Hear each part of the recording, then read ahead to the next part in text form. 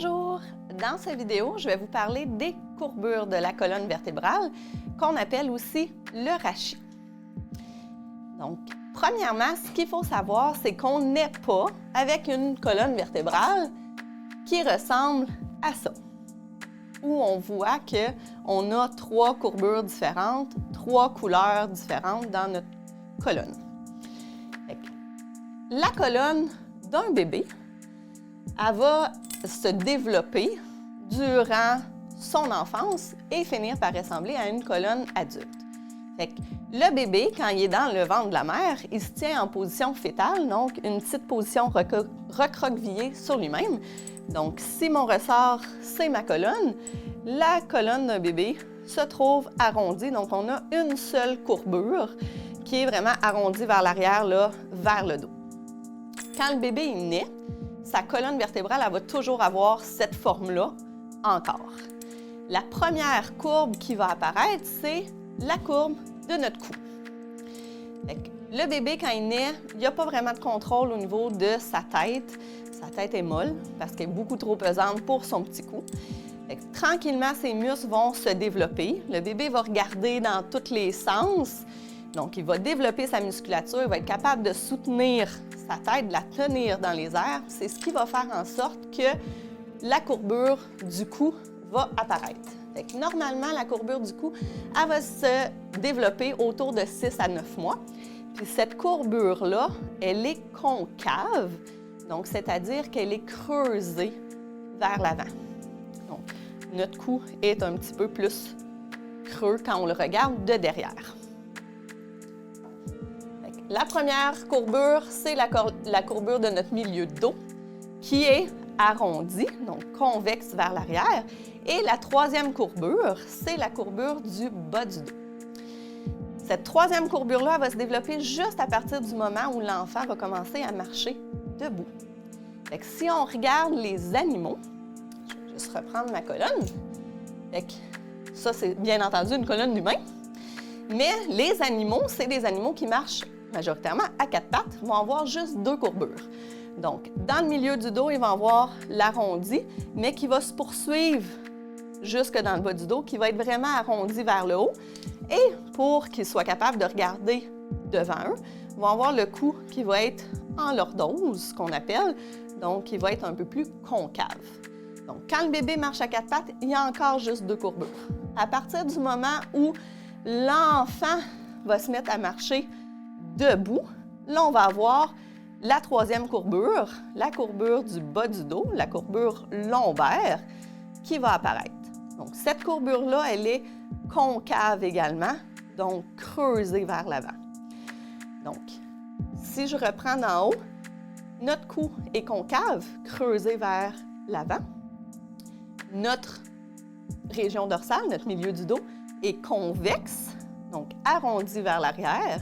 Et notre bas du dos ressemble à notre cou. Donc, on a à peu près le même degré de courbure, qui est aussi une lordose. Donc, un concave creusé vers l'avant. Donc, comme je disais tantôt, la colonne elle continue de se développer durant l'enfance parce qu'elle va s'adapter aux activités qu'on fait. Tout le monde, on a ces trois courbures-là dans notre dos, mais on n'a pas tous la même amplitude de courbure. Il y a des gens qui ont le bas du dos vraiment plus creux que d'autres. Il y en a qui ont le haut du dos beaucoup plus arrondi. Les différences, ça vient de la façon qu'on se tient debout, des activités qu'on va faire, puis de la façon qu'on va solliciter nos muscles aussi au niveau de notre tronc, de notre rachis.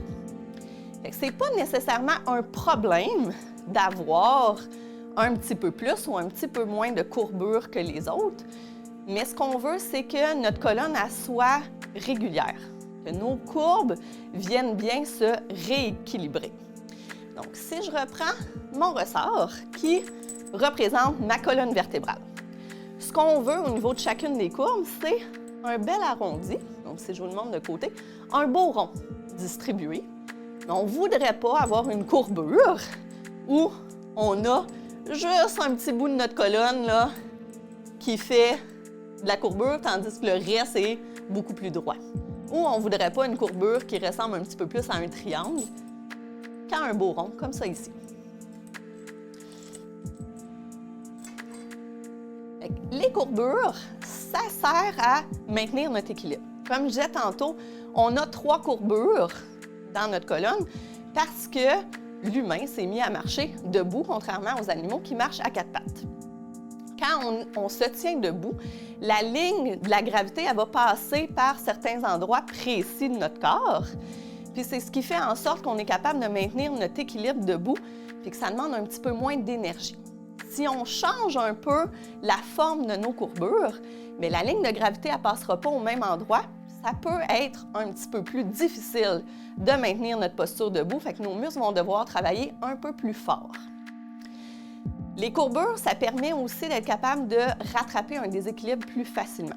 Fait que si vous prenez un bâton, quelque chose de droit et solide, puis qu'on le fait tenir en équilibre, dès qu'il y a une partie qui part un petit peu d'un côté, qui perd l'équilibre, il faut bouger l'ensemble de cette structure-là pour la ramener à la verticale. Donc, on doit déployer quand même pas mal d'énergie. Si on a 3 courbures dans notre colonne, s'il y a une section qui part d'un bord, bien, on peut aller facilement se rattraper avec le reste de la colonne. Donc, on n'a pas besoin de déplacer toute la colonne au complet pour se rattraper. Mais, par exemple, si la tête part vers l'avant, on peut réajuster juste avec le bas du dos sans changer toute notre posture au complet. Donc, moins d'énergie à dépenser pour garder notre équilibre. L'autre raison des courbures de la colonne, c'est qu'une colonne qui a des courbures en S, c'est plus solide qu'une colonne qui est complètement droite. Ça permet, entre autres, d'absorber les chocs plus facilement. Quand on marche, encore plus quand on court, quand on saute, il y a tout le temps un effet de rebond qui se produit au niveau de notre colonne. C'est comme si la colonne s'écrase et remonte un petit peu. Puis la courbure en S de notre colonne nous permet d'être capable d'absorber ces chocs-là un petit peu plus qu'on a à tous les jours au niveau de notre dos. Donc, ce qu'il faut retenir au niveau des courbures de notre colonne, bien, notre colonne, elle a 3 courbures. Fait qu'une courbure cervicale qui est une lordose, une courbure dorsale qui est une kyphose et une courbure lombaire qui est une lordose. Ces 3 courbures-là, ils viennent du fait que l'humain se déplace debout. Puis les raisons de ces courbures-là, c'est que ça permet d'améliorer le maintien de notre équilibre, mais ça permet aussi d'absorber plus facilement les chocs, donc de rendre notre colonne plus solide.